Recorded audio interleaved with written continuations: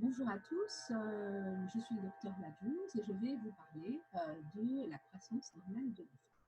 Le but de cet enseignement, c'est essentiellement de savoir reconnaître les facteurs qui régulent la croissance et de savoir établir une courbe de croissance et de l'analyser, ce qui va vous être très utile dans votre carrière en tant que médecin généraliste, pédiatre ou autre spécialiste prenant en charge des patients.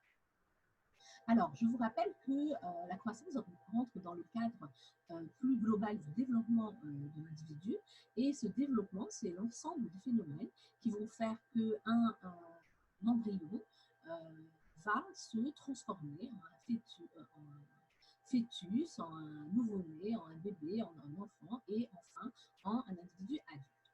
Donc ce développement a deux entités finalement. Une entité, un phénomène qui est quantitatif, c'est la croissance, ça concerne essentiellement le poids et la taille, et un phénomène qui est plus qualitatif, il s'agit de la maturation, et la maturation concerne le perfectionnement des structures et des fonctions. Alors, la première partie du cours revient à savoir quels sont les facteurs qui régulent la croissance. On a toujours tendance à penser en fait que la croissance dépend uniquement des facteurs hormonaux, ce n'est pas le cas. Il y a beaucoup de facteurs qui interviennent dans la régulation de la croissance. Probablement que les premiers facteurs sont des facteurs génétiques. Effectivement, on sait maintenant depuis de nombreuses années que même si la race et l'ethnie n'interviennent pas de façon directe sur la croissance de l'enfant, elles interviennent sur la taille finale des individus puisqu'il y a une différence en fonction des populations. Les individus nordiques ont une taille plus grande alors que les individus de race asiatique ont une taille un peu plus petite. On sait maintenant que ce n'est pas tellement la taille finale qui est différente, mais plutôt les proportions, avec des proportions plus importantes du segment supérieur par rapport au segment inférieur dans certaines populations. L'autre différence qui concerne les gènes, c'est le sexe. De façon générale, les individus de sexe masculin sont plus grands que les individus de sexe féminin. Enfin, il y a bien sûr, vous l'avez constaté autour de vous, des corrélations familiales. Il y a certaines familles où les individus sont plus grands que d'autres et ceci se manifeste notamment chez les jumeaux homozygotes qui, globalement, lorsqu'ils sont élevés dans la même famille, ont à peu près la même taille. Et enfin, les anomalies génétiques interviennent puisque certaines pathologies, comme la trisomie 21, le syndrome de Turner, vont donner des individus de petite. Donc, les facteurs génétiques, finalement, sont de type multifactoriel. On n'a pas encore aujourd'hui déterminé un gène qui était responsable de la croissance et de la taille normale d'un individu. Et elles interviennent à plusieurs niveaux, notamment au niveau du sexe, de la famille, et elles vont se manifester essentiellement au moment de la puberté et pour donner une taille finale différente à la fin de la puberté. Les autres facteurs qui sont essentiels pour la croissance de l'enfant, ce sont les facteurs environnementaux.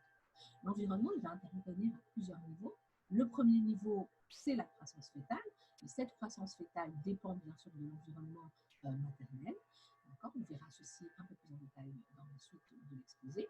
Les facteurs nutritionnels sont fondamentaux puisqu'on sait que des carences prolongées, qu'elles soient liées à une malnutrition par carence d'apport ou à une malabsorption ou encore à une maladie chronique, vont intervenir sur la croissance, qu'elle soit pondérale mais aussi staturale de l'enfant.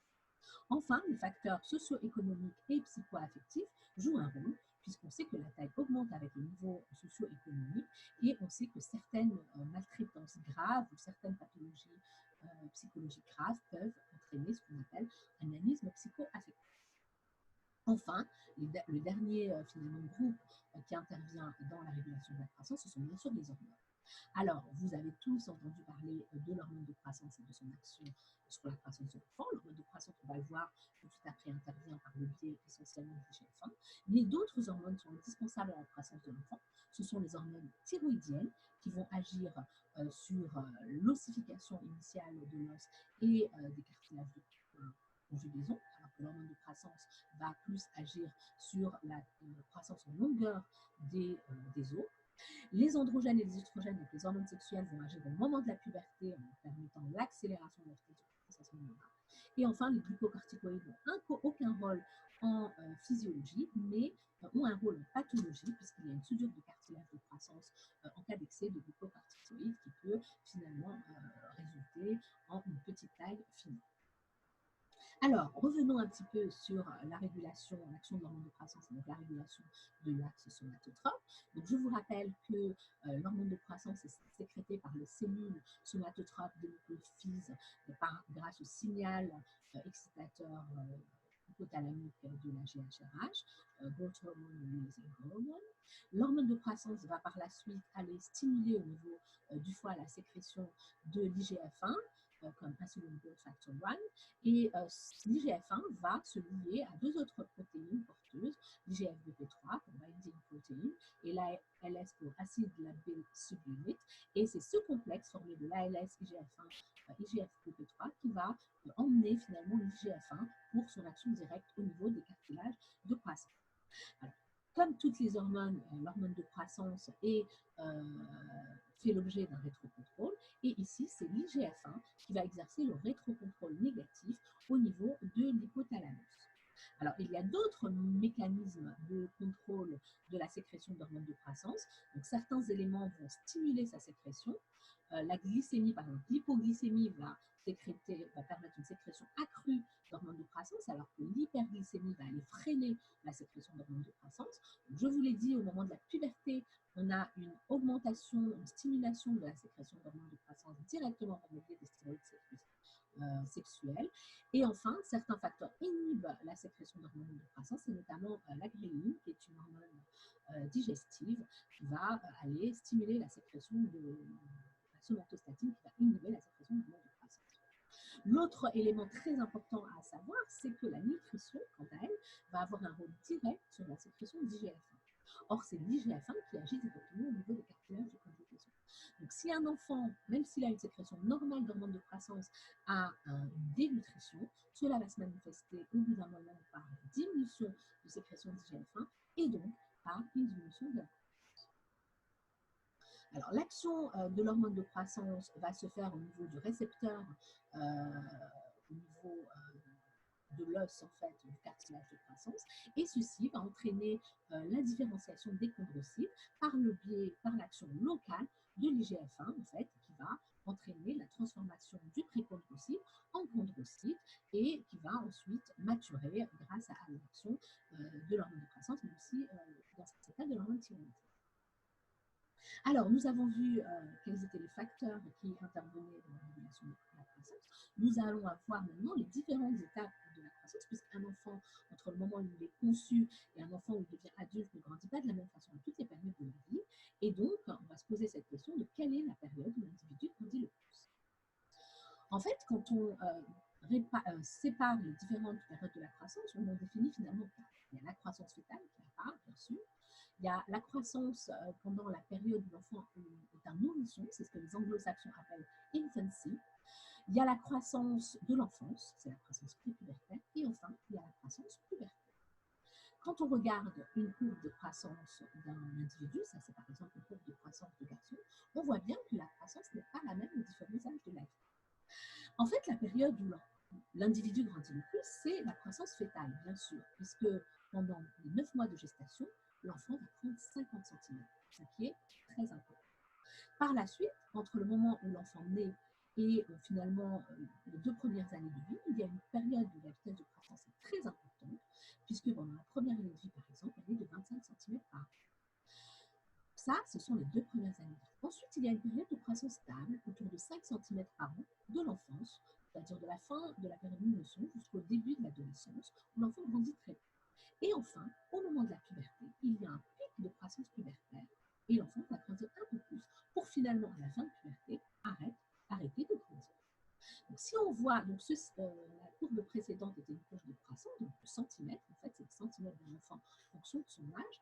Si on regarde les étapes de la croissance en termes de vitesse de croissance, on voit bien cette différence. Donc, on voit que la vitesse de croissance est très importante pendant les 2 premières années de la vie, qu'elle va être relativement stable pendant l'enfance, et enfin qu'il va y avoir un pic de puberté au moment de la puberté. Et ce qu'on voit bien, c'est que le pic de puberté est plus précoce chez la fille, mais moins ample, qu'il est plus tardif chez le garçon, mais plus ample, et surtout qu'il dure plus longtemps. Ce qu'on peut constater aussi, c'est que ces différentes étapes de la croissance correspondent en fait à des facteurs différents qui interviennent. Pendant les premières années de vie, on sait que ce sont essentiellement des facteurs nutritionnels qui interviennent. Ensuite, pendant la période de l'enfance, ce sont des facteurs hormonaux, notamment l'hormone de croissance, les hormones thyroïdiennes et les facteurs génétiques. Enfin, pendant la puberté, ce sont les hormones sexuelles qui vont intervenir.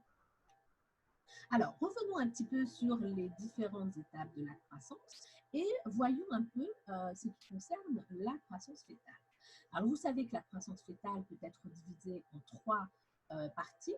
Le premier trimestre qui correspond à l'embryogénèse, l'organogénèse, d'accord, où les différents organes de l'individu vont s'établir. Ensuite, il y a le deuxième trimestre où on va avoir un pic de croissance staturale à 20 semaines. Et enfin, le troisième semestre qui va correspondre à un pic de croissance pondérale. La croissance fœtale est essentiellement sous la dépendance de l'apport énergétique maternel et donc il est fondamental que la vascularisation fœto-maternelle se fasse correctement. Donc, les facteurs materno-placentaires, ce sont essentiellement les nutriments, c'est aussi l'oxygénation du cerveau et la vascularisation du cerveau. Ce qui explique que si une maman a des problèmes vasculaires, par exemple, c'est le cas lorsque les femmes ont une hypertension artérielle gravidique, on va avoir des problèmes de finalement nutrition du fœtus et il va en découler un retard de croissance intra-utérine. Certains facteurs interviennent aussi, hormonaux interviennent aussi. Donc, le facteur le plus important, c'est l'insuline, puisqu'on sait qu'en cas de diabète gestationnel, par exemple, où il y a un hyperinsulinisme maternel, l'enfant va présenter une macrosolie, va être trop gros, alors qu'en cas de diabète de type 1, il y a une carence en insuline, l'enfant va avoir une restriction fœtale qui va se manifester par un retard de croissance intra-utérine.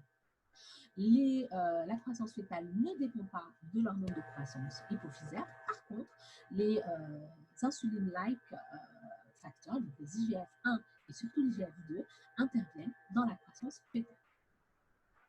Alors, comment maintenant évalue-t-on la croissance fœtale? Donc, on peut le faire en anténatal grâce à une échographie, ce que font les obstétriciens de façon régulière. Et donc, ils vont mesurer la longueur crânio-caudale, le diamètre bipariétal ou encore la longueur du fémur du fœtus. Ou sinon, en fait, tout simplement, on peut évaluer cette croissance fœtale grâce à la mesure de ce fœtus ou de ce nourrisson lorsqu'il sera né. Et donc, on va prendre le bébé à la naissance et on va le mesurer. Et on va comparer sa taille à des courbes qui ont été établies précédemment. Donc, il y a plusieurs types de courbes que je vais vous montrer. Alors, si on regarde un petit peu un nouveau-né normal, je vous rappelle que le terme normal, c'est entre 38 et 41 semaines, qu'on parle de prématurité avant 37 semaines et qu'on parle de post-maturité au-delà de 42 semaines. On parle d'hypotrophie lorsque le poids est inférieur au 10e percentile et on parle de petit poids de naissance lorsque le poids de naissance est inférieur à 2,5 kg. Alors, vous allez me demander quelle est la différence entre hypotrophie et petit poids de naissance. Pour répondre à cette question, il faut revenir un petit peu, faire un préambule sur l'évaluation de la croissance et l'utilisation des courbes de croissance. Donc, les courbes de croissance peuvent être utilisées à tout âge de la vie. On a des courbes de croissance pour la naissance, on a des courbes de croissance pour les nourrissons, on a des courbes de croissance pour les grands enfants. Mais le principe d'établissement de courbes de croissance est le même. Et ceci va vous faire rappeler un cours de première année de médecine, de statistiques de première année de médecine, c'est qu'en fait, pour établir les courbes de croissance, on utilise finalement les courbes de Gauss. Donc, si vous vous souvenez bien de vos cours de statistiques de première année, on vous avait dit que certains paramètres pouvaient se distribuer de façon normale, et quand on avait une distribution normale, on pouvait établir une courbe de Gauss.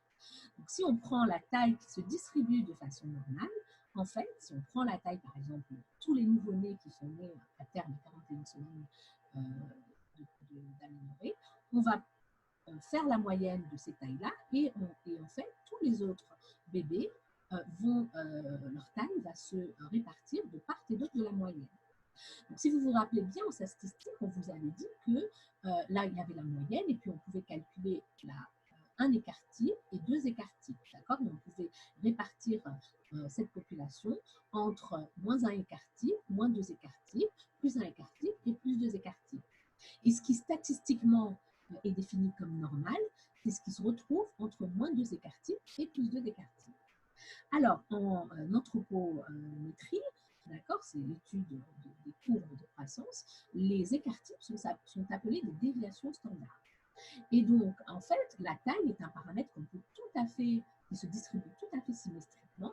Et donc, si on prend la taille d'un nouveau-né, par exemple, on va pouvoir faire cette courbe de croissance, cette courbe de Gauss, et on va trouver que 68% des nouveau-nés auront une taille entre moins une déviation standard et plus une déviation standard, et que 95% de ces nouveau-nés vont avoir une courbe entre moins 2 déviations standards et plus de déviations standards. On pourrait tout à fait faire le même genre de courbe et appeler ça des percentiles pour la taille, puisque pour la taille, les percentiles et les écarts types se confondent. Et donc, au lieu d'utiliser les écarts types à ce moment-là, on utiliserait par exemple moins 2 écarts types, le 2,5e percentile, ce qu'en anthropométrie, on approxime au 3e percentile. Donc en fait, on a des courbes en déviation standard et on a des courbes en percentile. Il faut savoir que les courbes en percentile peuvent aussi être utilisées si le paramètre ne se distribue pas symétriquement.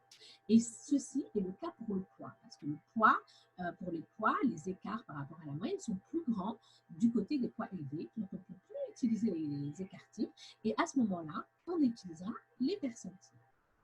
Les courbes de croissance sont donc exprimées soit en écart type pour la taille, soit en percentile pour la taille et pour le poids. Et donc, pour établir des courbes de croissance, on va faire cette courbe de Gauss pour tous les âges des enfants. En ce qui concerne les nouveau-nés, ils viennent de naître, l'âge c'est 0, mais par contre, on peut les différencier en fonction de l'âge gestationnel. Donc, on va établir des courbes de croissance en fonction de l'âge gestationnel. Donc, vous voyez que ça, par exemple, ce sont les anciennes courbes françaises de Leroy-Lefort. On a en abscisse l'âge gestationnel et on a en ordonnée ici le poids et ici la taille. Donc, on a le 10e, le 3e percentile. Donc, en dessous du 3e percentile, c'est anormal, statistiquement. Au-dessus du 97e percentile, c'est aussi anormal. La moyenne, c'est le 50e percentile. Donc, on a la même chose pour la taille. Alors, d'autres courbes plus récentes ont été établies. Donc là, je vous montre les courbes canadiennes de Fenton. Donc, on a ici le poids, on a ici la taille sur la même courbe, ce qui est pratique quand on doit le mettre dans un dossier. Et puis, les dernières courbes françaises aussi, qui sont les courbes Odipok, et c'est toujours le même système, vous le voyez. Voici en abscisse l'âge gestationnel et en ordonnée le poids ou la taille. Alors, comment utiliser ces courbes? Donc, prenons un exemple. On va prendre en exemple un nouveau-né de 32 semaines qui pèse 2 kg et on veut savoir s'il est hypotrophe ou s'il a un petit poids de naissance.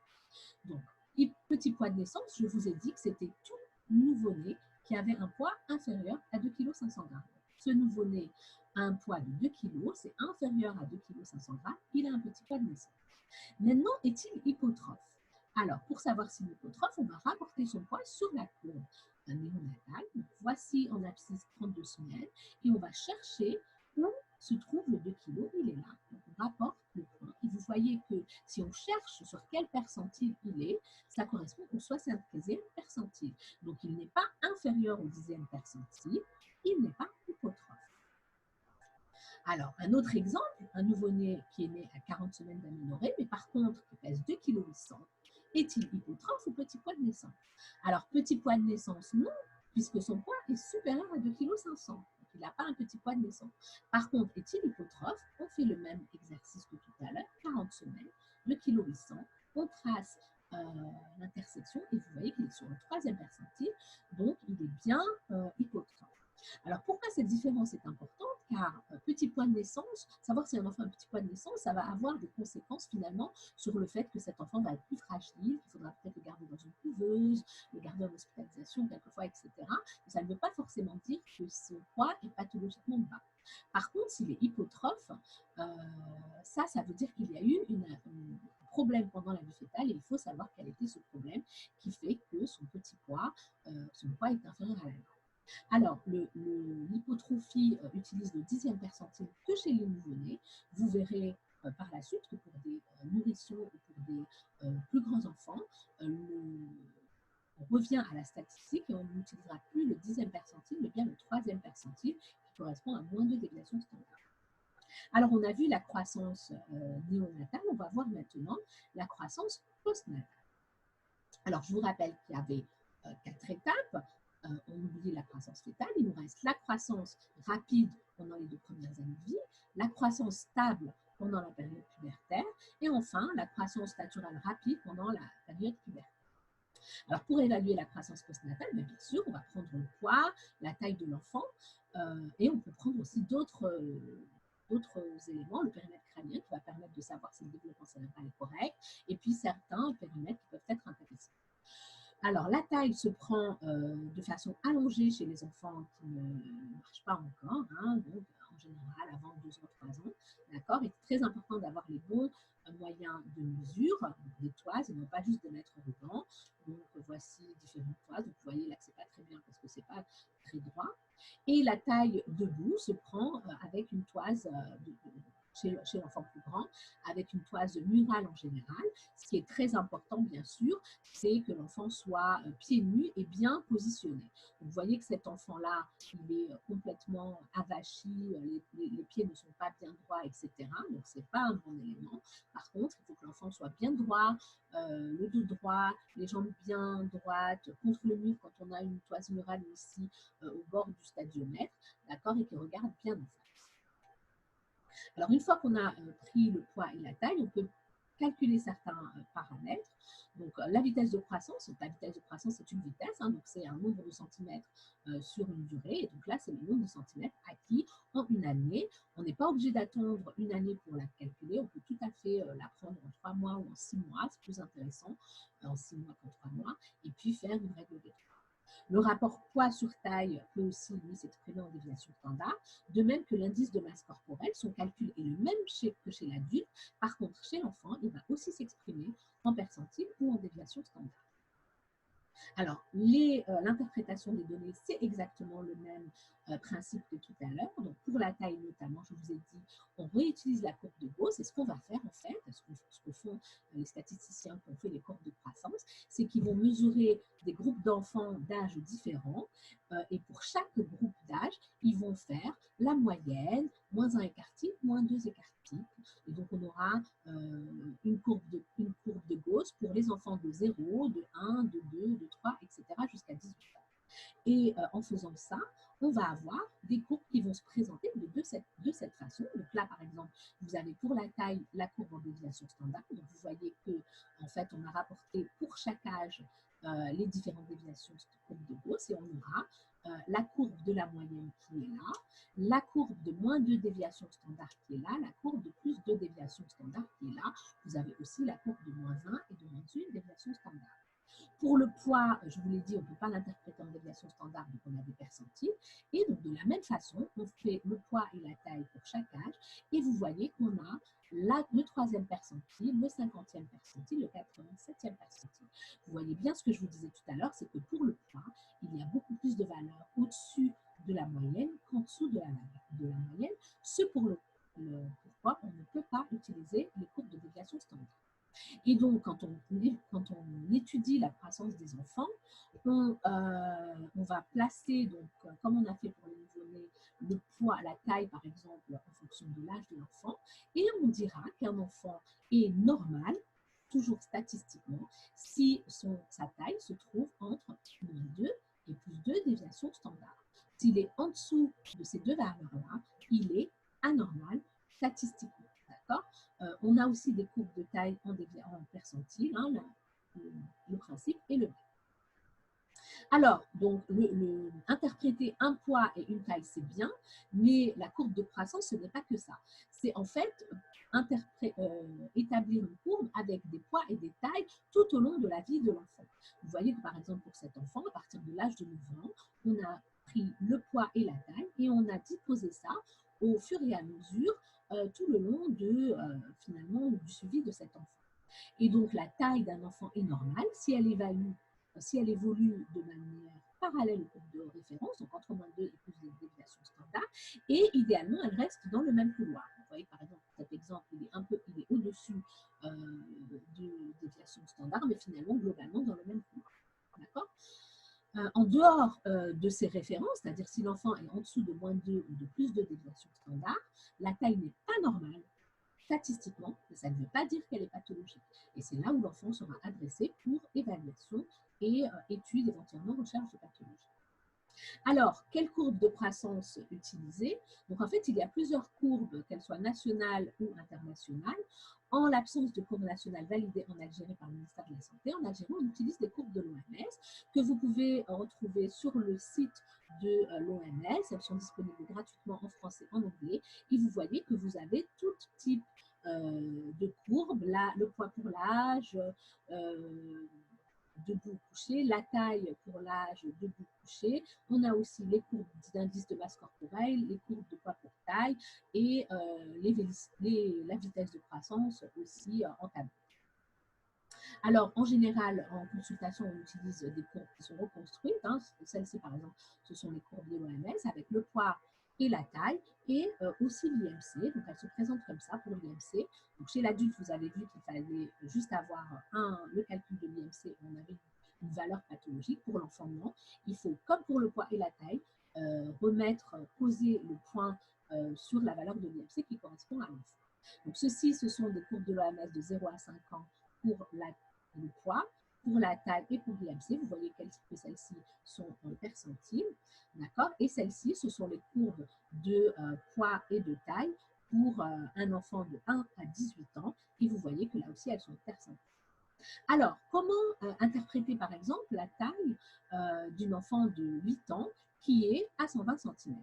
Donc, en fait, c'est exactement ce qu'on faisait tout à l'heure. On prend l'âge 8 ans, on prend 120 cm et on va mesurer finalement l'intersection et on rapporte ça au percentile. Donc, cette petite fille a une taille qui est sur le 10e percentile. Je vous ai dit que pour un enfant plus grand qui n'est pas un nouveau-né, c'est une taille qui est tout à fait normale puisqu'elle est entre le 3e et le 87 percentile. Donc, elle est normale. Par contre, on prend un autre enfant qui a toujours 8 ans mais qui mesure 110 cm et on veut savoir est-ce qu'elle est normale ou est-ce qu'elle est OK? Quel est son âge statural? Alors, si on rapporte ceci sur la courbe de croissance, on voit qu'elle est en dessous du 3e percentile. Alors, que veut dire l'âge statural? L'âge statural, c'est l'âge qui correspond à la taille d'un enfant donné. Donc, cette fille, par exemple, elle a 8 ans, d'accord? Mais sa taille n'est pas une taille d'un enfant de 8 ans, d'accord? Elle est inférieure au 3e percentile. Elle est trop petite pour son âge. Donc, on veut savoir quel est son âge statural. Alors, pour connaître l'âge statural, on va rapporter la taille sur le 50e percentile. Donc, on va tracer un trait qui va aller jusqu'au 50e percentile et on va voir par la suite à quel âge ceci correspond. Et vous voyez que pour cette petite fille, cela correspond à 5 ans. Donc, cette fille a un âge chronologique de 8 ans, mais elle a un âge statural de 5 ans. Alors, on a aussi des courbes de vitesse de croissance. Hein, on peut calculer pour savoir si un enfant grandit bien ou pas. Et vous voyez, là, on retrouve bien le fait que les enfants grandissent beaucoup pendant les 2 premières années de vie, une vitesse de croissance stable pendant l'enfance et un pic de croissance pubertaire au moment de la puberté. Alors, prenons maintenant un garçon de 10 ans qui a une taille de 130 cm et un poids de 27 kg. Alors, s'agit-il d'un problème de poids, de taille ou des deux? Alors, cet enfant, il a une taille qui est inférieure à moins 2 déviations standard. D'accord? Donc, il est trop petit. Son poids est aussi inférieur au 3e percentile. Mais cela ne veut pas dire qu'il a un problème de poids. Pourquoi? Parce que, surtout si l'enfant est trop petit en taille, d'accord, le poids est toujours lié à la taille. Donc, on n'interprète jamais le poids seul. Il faut calculer l'IMC et c'est en fonction de l'IMC qu'on saura si cet enfant a réellement un problème de poids ou si son poids est trop faible, tout simplement parce que sa taille est petite. D'accord? Donc, le poids s'interprète toujours en rapport avec la taille. Alors, on va calculer l'IMC. Donc, chez cet enfant, l'IMC est calculé à 15,8, pardon, d'accord. Et donc, sa taille est inférieure à moins 2 déviations standard, donc il est trop petit. Par contre, quand on rapporte l'IMC au niveau de la courbe d'IMC, son IMC est tout à fait dans les normes, il est autour du 25e percentile. Donc, cet enfant n'a pas de problème de poids, cet enfant a uniquement un retard de taille, un retard statuaire. Voyons maintenant toujours ce même enfant, mais on a pu, grâce au carnet de santé, regrouper les précédents points de taille et de poids qui étaient sur le carnet de santé. Alors, comment on peut interpréter cette courbe de croissance? On voit bien que cet enfant, finalement, il grandissait correctement. Alors, malheureusement, on n'a pas les poids antérieurs, les tailles antérieures. Il grandissait correctement, mais à partir de l'âge de 9 ans, on va dire, d'accord, ou peut-être un peu après, on a un infléchissement de la courbe, d'accord, qui a amené à cette petite taille à l'âge de 12 ans. Donc, cet enfant a un problème de retard statural, d'accord, et donc il va falloir chercher la pathologie qui est responsable de cette cassure de la courbe de croissance statuelle. Donc voilà comment s'interprètent les courbes de croissance. J'espère que vous aurez l'occasion d'en utiliser si vous avez l'occasion d'aller dans les services. Après, il y a quelques points de repère qu'on peut garder en mémoire, même s'il ne faut pas les connaître par cœur et que vous aurez dans le document. Sachez que globalement, à la naissance, en tout cas, le poids de naissance moyen est autour de 3 kg, 3 kg 500. La taille est autour de 50 cm et le PC autour de 35 cm à la naissance. Par ailleurs, pour des connaissances de culture générale, un enfant de 4 ans, globalement, mesure 1 mètre. D'accord. Et puis, vous avez certaines formules qui vous permettent de calculer les tailles approximatives, mais ceci ne remplace absolument pas les courbes de croissance, bien sûr. Alors, les autres points de repère, en fait, c'est les rapports entre les différents périmètres. Et il faut savoir que jusqu'à 6 mois, le périmètre crânien est supérieur à un périmètre de taille. Et effectivement, quand vous voyez des bébés, on a toujours l'impression qu'ils ont une énorme tête, c'est vrai. D'accord. Et ce rapport va s'égaliser à 6 mois. Et puis, bien sûr, par la suite, le périmètre thoracique devient supérieur au périmètre crânien. Il y a aussi des différences en fonction des segments du corps. Donc, on voit bien ça sur l'évolution des proportions de l'âge d'après Robbins. Et vous voyez que entre ce qui est le fœtus, le nouveau-né, le périmètre crânien est vraiment très important. Et puis qu'après, en proportion, ça diminue. De la même façon, on voit l'évolution des différents segments en fonction de l'âge. Alors, une fois qu'on a vu la croissance en longueur, on va voir maintenant la maturation osseuse. Je vous ai dit, ce qui fait grandir un enfant, c'est bien sûr l'os, puisque c'est au niveau des os que se fait la croissance. Alors, la croissance, la maturation osseuse, en fait, il y a deux phénomènes. Il y a un phénomène de maturation, c'est l'ossification, c'est le premier phénomène finalement, l'ossification des os, qui se fait à partir du centre des os longs et au niveau des petits os du centre des petits os, et puis elle se fait du centre aux extrémités des os. Ce phénomène de maturation, c'est essentiellement, initialement en tout cas, les hormones thyroïdiennes qui agissent dessus. Et après, on a l'allongement, la croissance en longueur des os, et celle-ci se fait grâce à l'hormone de croissance. Donc, au début, le point d'ossification est au centre des os. Il y a aussi les épiphyses au niveau des cartilages de croissance. Et puis, par la suite, ceci va se faire de façon longitudinale. Il faut savoir qu'à la naissance, il n'y a pas beaucoup de points d'ossification. Bien sûr, tous les os longs sont présents à la naissance, d'accord. Par contre, les points d'ossification, donc les épiphyses, il n'y en a que 4. Il y a les deux points du genou, qui sont l'épiphyse inférieure du fémur et l'épiphyse supérieure du tibia, d'accord. Il y a le calcanéum et l'astragale, et il y a le pubis. D'accord. Donc, si on revoit un radio de squelette d'un nouveau-né, alors on fait ça très rarement pour déterminer l'âge osseux d'un nouveau-né, d'accord. Vous voyez effectivement qu'il y a tous les os longs qui sont présents. Par contre, il y a très peu d'épiphyses, donc calcanéum, astragale, les deux points du genou et la tête de l'humérus. D'accord. Toutes les autres épiphyses, notamment si on voit les os du tarse ou les os du carpe, vont apparaître au fur et à mesure, de même que les épiphyses des différents os. Alors, la maturation prénatale, donc on a vu, la maturation postnatale va par la suite intéresser le tarse, le quart, mais aussi la voûte crânienne et les épiphyses des os. Et en fait, à la fin de la croissance, à l'adolescence, on a une maturation complète qui va se manifester par la soudure du cartilage de conjugaison et qui va finalement déterminer la fin de la croissance de l'enfant. Alors, on a différents moyens d'évaluer la maturation osseuse. Cela se fait grâce à des atlas en général. Vous n'avez pas à connaître tout ça. Par contre, sachez que le début de la puberté se manifeste par l'apparition du sésamoïde du court adducteur du pouce qui est là. Et ça témoigne du début de la puberté qui, en général, survient à 11 ans chez les filles et à 13 ans chez les garçons. Pour la suite, en fait, il y a plusieurs méthodes d'évaluation de l'âge osseux. La plus utilisée, c'est la méthode de Grelich-Pyle qui permet d'analyser les os de la main et du poignet gauche. Je vais vous montrer tout de suite après, mais il y a aussi d'autres méthodes qu'on utilise souvent plutôt au moment de la puberté, qui sont les tests de Risser et la méthode de Sauvé. Alors, en ce qui concerne l'évaluation de l'âge osseux par la méthode de Grelich-Pyle, en fait, Grelich-Pyle, c'est un atlas où vous allez avoir des photos des âges osseux, des radios de la main, des poignets, des différents âges.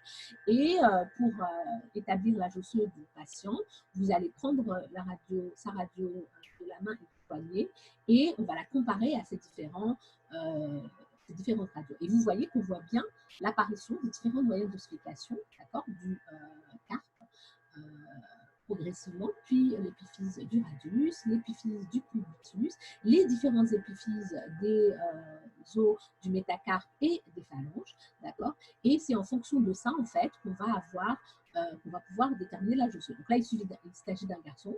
Donc vous voyez qu'à 12 ans, il n'a pas encore le sésamoïde du pouce et qu'il apparaît à 13 ans.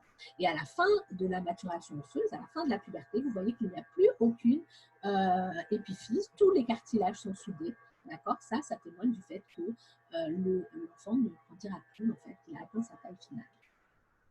Alors, à la fin de cette évaluation, on va définir l'âge chronologique, l'âge statural et l'âge osseux. Et ceci va permettre au médecin de savoir où se situe le problème éventuel. Alors, on a par exemple cette fille qui a 8 ans, qui mesure 1,10 m. Donc, on refait le même exercice de tout à l'heure.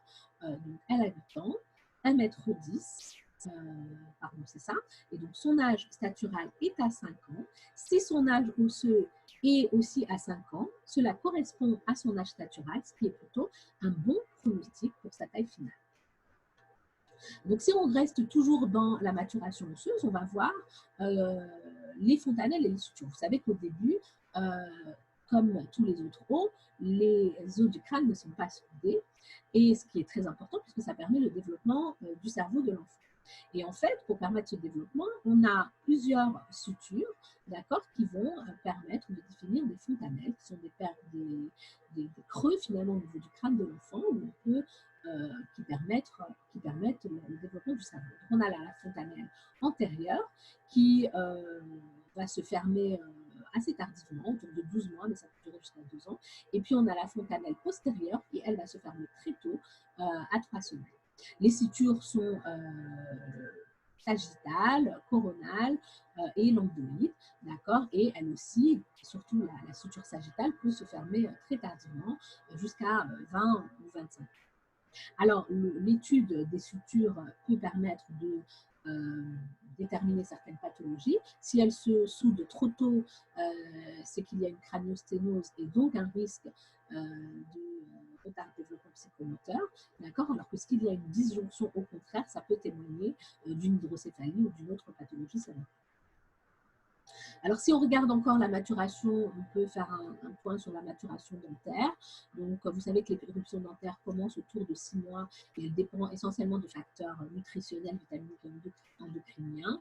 Et puis, en fait, c'est toujours intéressant de connaître les différents âges d'apparition des différentes dents que vous trouverez dans le tableau ci-dessus.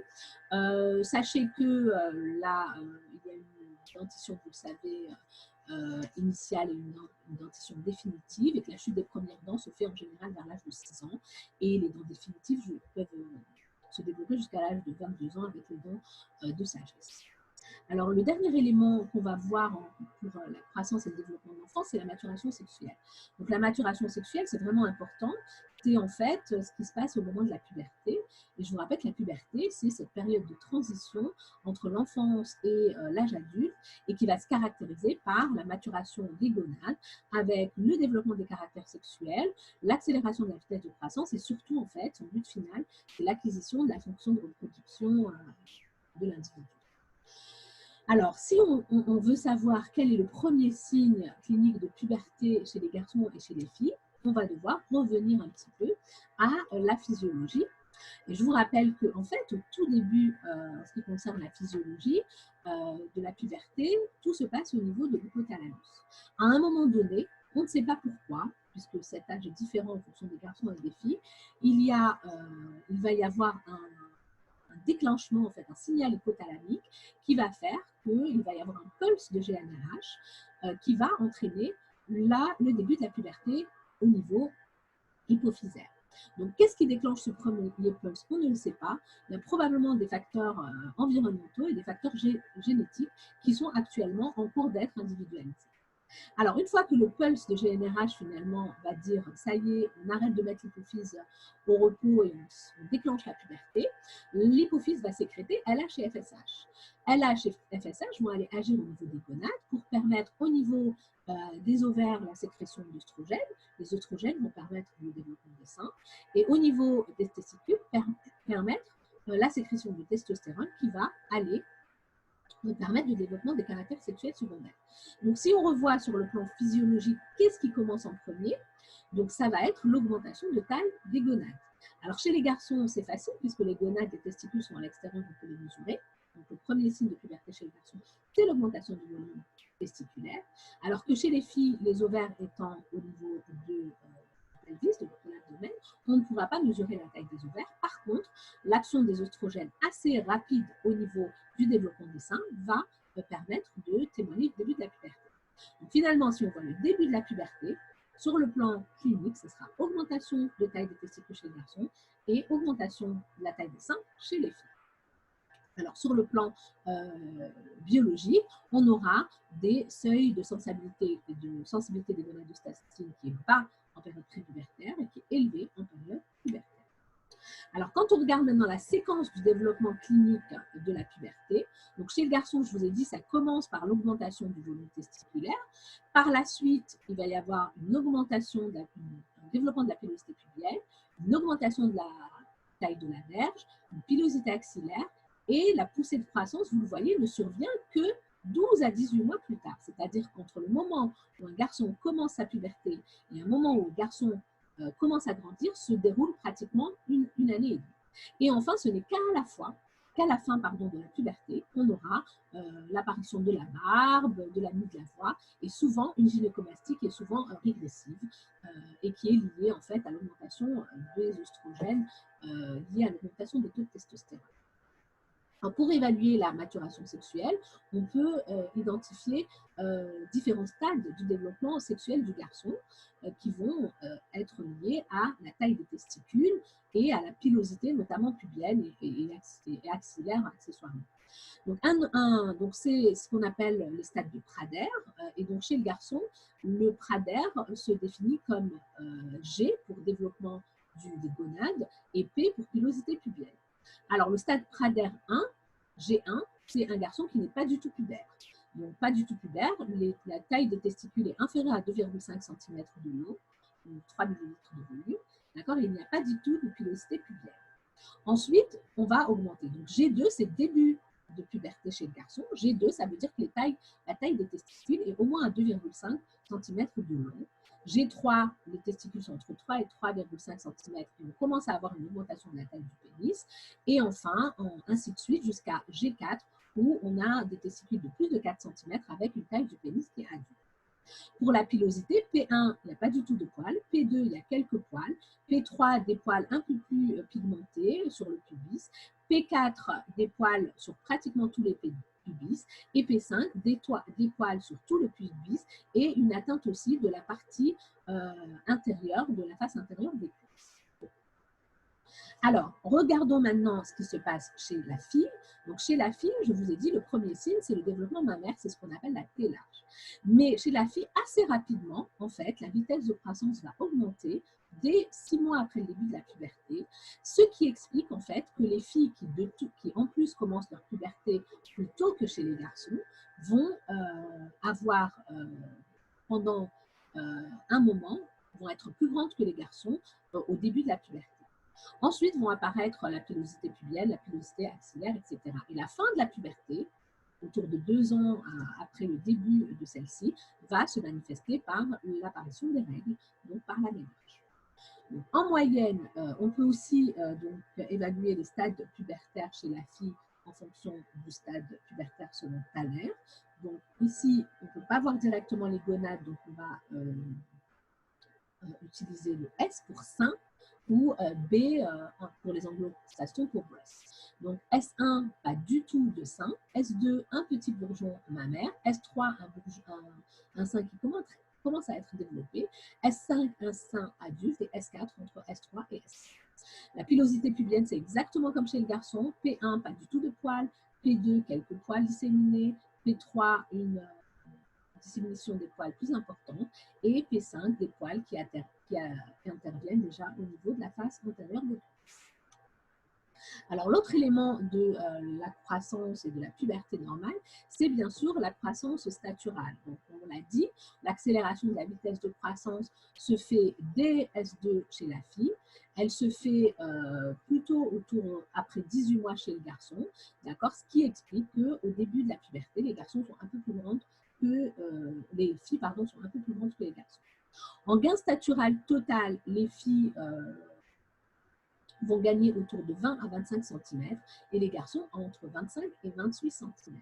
Et je vous rappelle que ce pic de croissance staturale au moment de la puberté est essentiellement lié à l'augmentation de la sécrétion de l'AGH et donc d'IGF-1 par le biais des stéroïdes sexuels. Alors, bien sûr, la puberté, je vous l'ai dit, c'est aussi la maturation osseuse. Et donc, c'est l'accélération de la maturation osseuse avec l'apparition du sésamoïde du pouce dès 11 ans chez la fille, 13 ans chez le garçon, et la fin de la puberté avec une soudure complète des cartilages de conjugaison qui se fait à un âge osseux de 16 ans chez la fille et à un âge de 18 ans chez le garçon. Ceci, la fin de la puberté et la soudure de cartilage de conjugaison est essentiellement liée au rôle majeur des oestrogènes, puisque vous savez que bien sûr la fille sécrète des oestrogènes, mais aussi grâce à l'aromatase, la testostérone chez le garçon va être transformée en oestrogène, ce qui permet la soudure des cartilages de croissance et aussi accessoirement l'apparition parfois d'une gynécomastie. Voilà, donc en conclusion, j'espère que vous avez bien compris que la croissance, elle témoigne de la bonne santé de l'enfant. Donc un enfant qui est en bonne santé va bien grandir et donc toute pathologie ou tout retentissement va retentir ou peut retentir sur la croissance de l'enfant. Donc c'est très important de surveiller la croissance des enfants de façon régulière grâce aux courbes de croissance, que ce soit au niveau des cabinets privés, au niveau des services où les enfants sont hospitalisés. Je vous remercie de votre attention et pour plus de renseignements, je vous redirige vers le livre de pédiatrie en graduation publié par Loumi et qui est établi par les enseignants de notre service. Et si vous avez des questions plus relatives par rapport à ce cours en particulier, je vous invite à m'adresser des mails au niveau de ces 2 mails que vous trouvez ci-dessous. Voilà, je vous dis au revoir et à bientôt peut-être.